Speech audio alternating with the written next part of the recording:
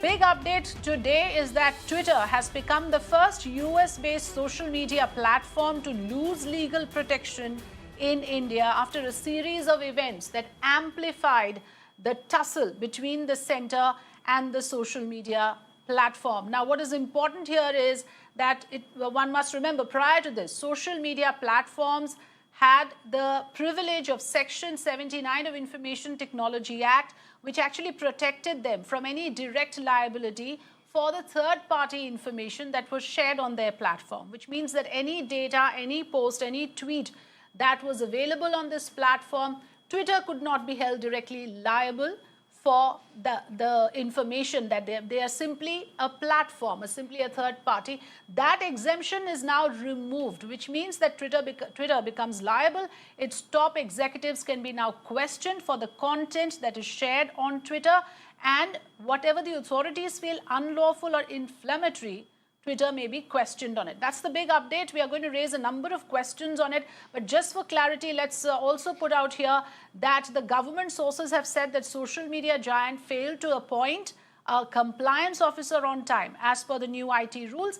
This means that Twitter has now become liable. In fact, Twitter has lost its legal protection because it failed to comply with the new IT rules. That's the penalty that Twitter has to face. On the part of Twitter, also a statement has come through which says that they have already appointed an intermediary compliance officer and they are in the process of finalizing it. However, it's true that they have failed to meet the deadline that was set by Government of India. So that's the overall picture. We have important reactions also coming in, but let's first put out the incident that has already now sparked a major controversy with the Ghaziabad police booking Twitter after this announcement, of course, for tweets that were put about an assault video.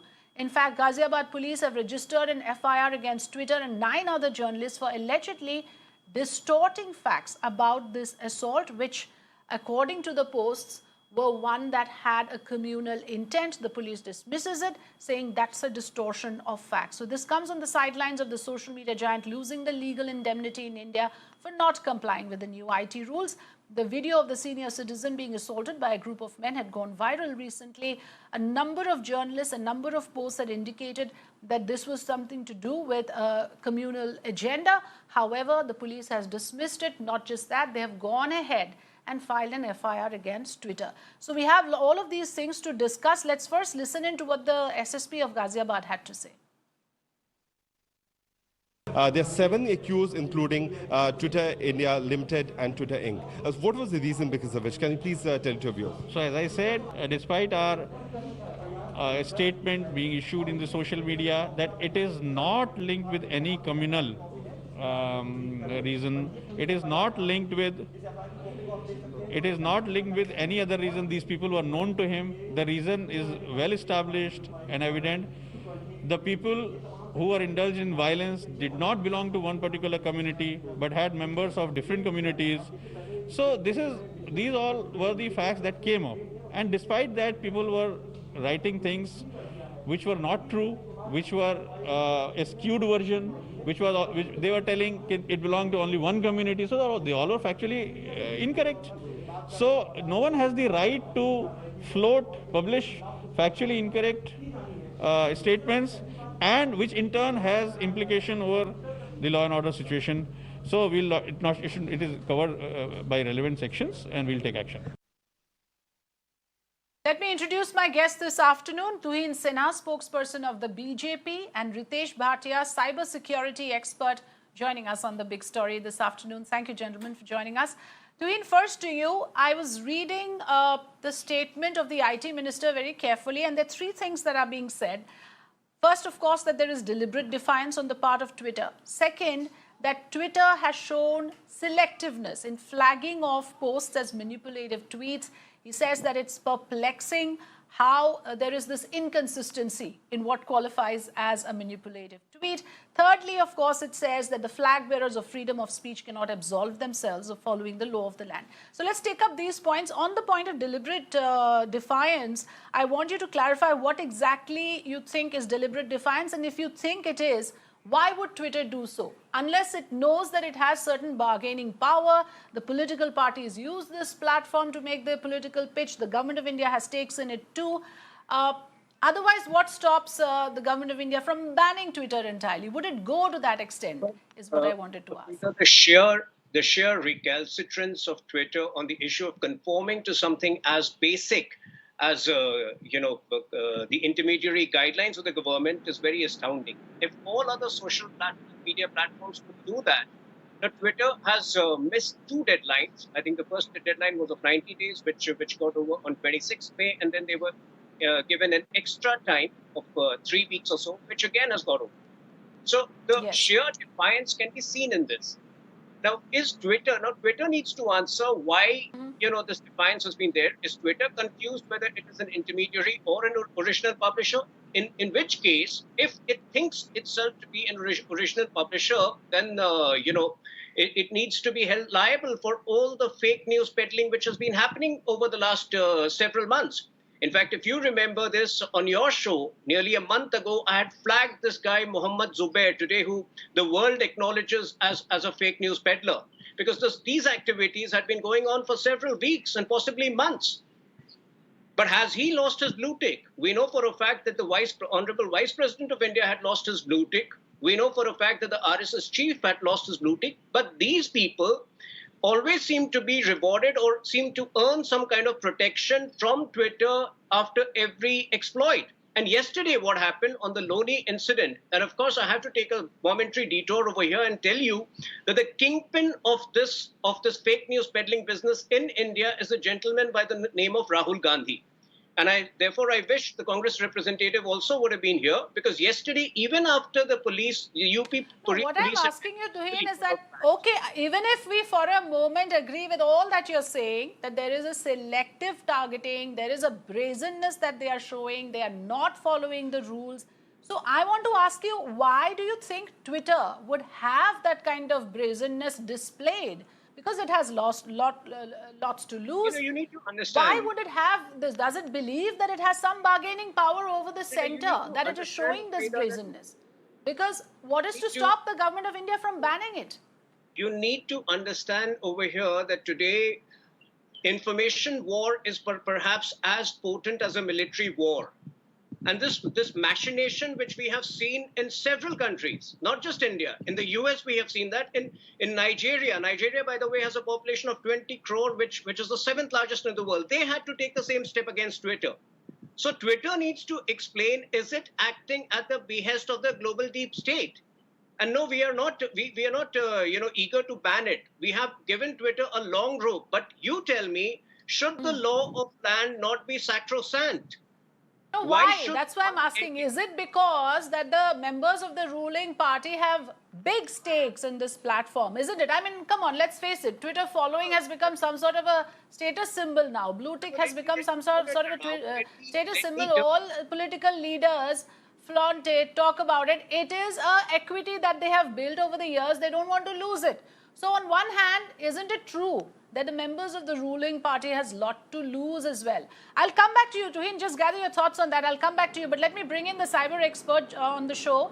Ritesh Bhatia is with us. So Ritesh Bhatia, just to be realistic on this, how are journalists, for example, expected to do all the fact check, all the background check, and a thorough job? I mean, of course, journalists are expected to do, but how is Twitter expected to ensure that all the journalists who are there on Twitter and posting on it does that background check? How will it have that paraphernalia to check that everybody who is posting does a fact check?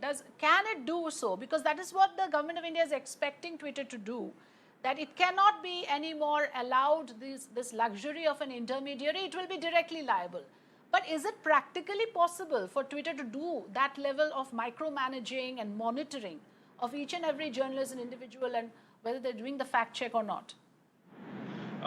So Afrida, as you rightly said, how will the Twitter do about it? And that's all the more reason that Twitter needs to have these 3 officers in place.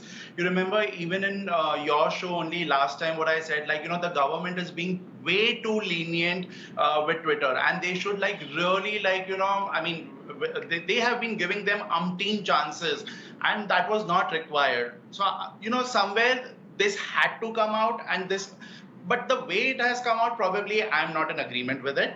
And I'm speaking in my personal capacity, and I've got nothing to do with Twitter, because firstly, I'm telling you that Twitter should, what government has done is completely right as such, that they have stripped Twitter of its intermediary status. Because let's also not forget that Twitter has only, as of now, very shamelessly said that we have an interim compliance officer. But what about the nodal officer? What about the grievance officer? Because, ideally, if they had a nodal officer, now I'm answering you what should have had happened. If they had a nodal officer, what would have happened was the cops, the SP over there of the Loni or the SSP who was speaking, should have told the nodal officer, look, we are investigating into this matter, and right now you need to stop this particular thing. And that is what I think, because that is not there, the nodal officer is not there, the grievance officer is not there, they were not able to send anybody a particular notice or anything, or rather Twitter didn't comply with this,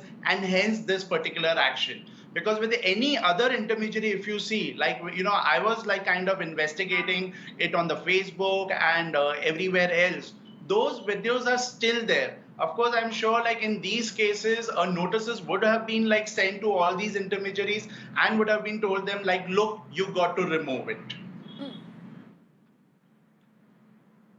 Okay, so let's understand this clearly, Tuhid. Even if we agree that, okay, now Twitter has been given enough number of chances, you did not comply, now face the music, you have been exempted from this section of the IT law, no more privileges of legal protection. But who sets the rules, I want to understand? Like, who's to decide what is a violative content? Because if you have followed what the Delhi High Court said yesterday, that wrong sections of the law are invoked, or the correct sections of the law but wrong interpretation of it is done, like it happened in this case where activists were arrested under UAPA. The court later said that it was wrongly invoked, and therefore if you now say that, okay, on the basis of Indian law, we will decide what is violative content, and whatever is violative, Twitter will be liable. Now, isn't that stirring an honest nest? How will you do this?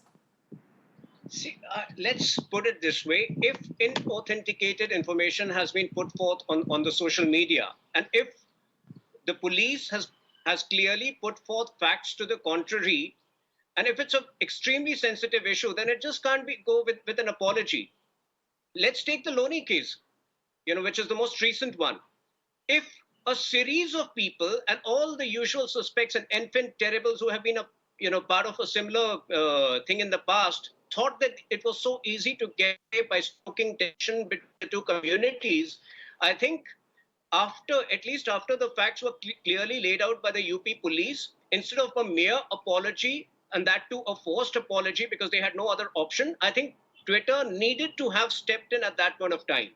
Yes, legal cases can go on for years, legal cases can go on for months, but at least if Twitter, which calls itself a champion of free spirit, had shown that basic decency to flag these people. And by the way, even I have a grudge against the UP government also. They should have included two more names. One is Swara Bhaskar and the other is another celebrated lady journalist of The Wire. But anyway, the UP government has shown the way. Now, come on, that's not fair. Any kind of political adversary then will become like, we want so-and-so charged as well. That would be unfair, isn't it, for the ruling party to do so? Use the power at its disposal to target, because that is what you will be accused of. And you're already being accused of that the center now wants to be the big boss and dictate terms to Twitter. And the center will decide what is a violative content and what is not a violative content. Let me give you another example over here. Now, as part of the toolkit politics which the opposition is following, now today they are spreading this canard that cow blood is used in Covaxin. Now, there are enough tweets where we have clarified to the contrary. Now, if they still peddle this news, I think the least that they can do is tender an apology, or Twitter, which considers itself to be the gospel of the correct information, should flag those tweets. Again, Twitter is silent. So I can give you umpteen examples. It's very easy to say, you're going to victimize your opponents. But then facts, there is a saying in Hindi, pratyaksh ko praman ki zarurat nahi hoti hai. Now, if after knowing facts you continue to spread falsehood, that is when the government will need to step in if Twitter continues with its selectivism. Yes, that's fair. But, I want to ask you, Ritesh Bhatia, if you can comment on this. The fact that, yes, it's true that the government has a job to do. We know we are a country where a very small misinformation can spark violence. Mob violence have happened in this country. Fatalities have happened purely because of the spread of misinformation. Now, the government needs to step in and restrict that, and set systems in place. Twitter should have cooperated wholeheartedly with this process and ensure that their platform is not misused. Why is Twitter choosing to drag its feet and do this muscle flexing? Almost it sounds like as if Twitter is saying, do what you want, but we will go at our own pace. We will make the appointments, but we are taking time, so be it. It seems as if they want to display some sort of a bargaining power here, that as if the center can do only this much and nothing further, and they are here to stay.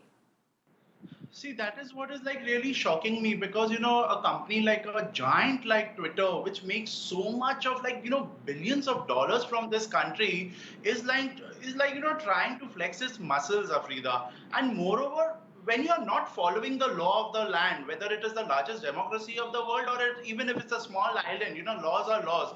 And when you're not following the law of the land, and especially when even there are other giants, the other significant social intermediaries having like 15 lakh plus users and all, when they are following it, they are having all sorts of officers. I fail to understand that what it is with this particular Twitter, why it is again and again challenging India. I'm not talking about challenging the government, I'm saying like challenging India, and that is what has like really angered even people from our community, the cybersecurity community also, because we know now as a cybercrime investigator, let me tell you the problems that we face. There are people who are being trolled, who are being abused. There is like child pornography on Twitter.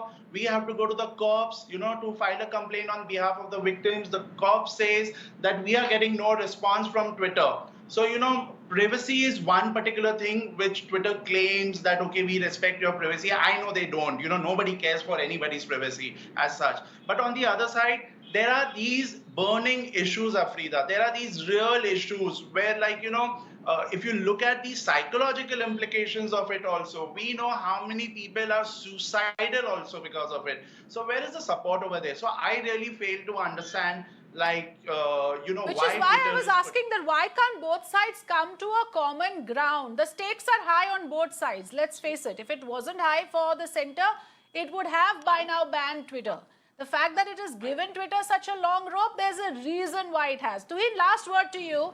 I also want to ask you that when Twitter has now said that we are in the advanced stages of finalizing the appointment in the role of a chief compliance officer, we plan to provide all the details. Next several days, we'll complete the process. That is the clarification from Twitter. Now, why is this not good enough? Twitter has been beating around the bush for a very long time. Was it sleeping for the first 90 days, or did it not take the government seriously at all in the first 90 days, that it had to wait for the first set of warnings to come and then, get into the act? And even today, let us wait for the final appointment. But my larger point remains, Twitter, for some reason, seems to be emboldened enough to think it can influence the political narrative of countries to its advantage. And that is where the larger roles of hidden powers which are behind Twitter feeling so emboldened comes to the fore. And that is why the government is absolutely... No, are you saying BJP is not using, your party leaders are not using Twitter? BJP has an entire IT cell dedicated to shape public opinion, isn't it? I mean, that works both ways. You can't only blame the opposition for doing it or Twitter for doing it. BJP is equally using the platform. All of us are on Twitter doing precisely that. The opposition in India is too fragile to even, do anything worthwhile. It's the larger global powers which the opposition is acting at the behest of, and which think that they can influence political narratives across different countries. Today, it is an information war which is more potent than any military war, and Twitter knows it. Which is why Twitter not complying becomes absolutely non-negotiable, and which is why the government action is absolutely justified. All right, we'll have to leave it at that. Of course, we've heard both sides, and we've heard Twitter's side as well, and it was interesting to get perspective from a cybersecurity expert. Tuhin Sena, Ritesh Bhatia, thanks for joining us.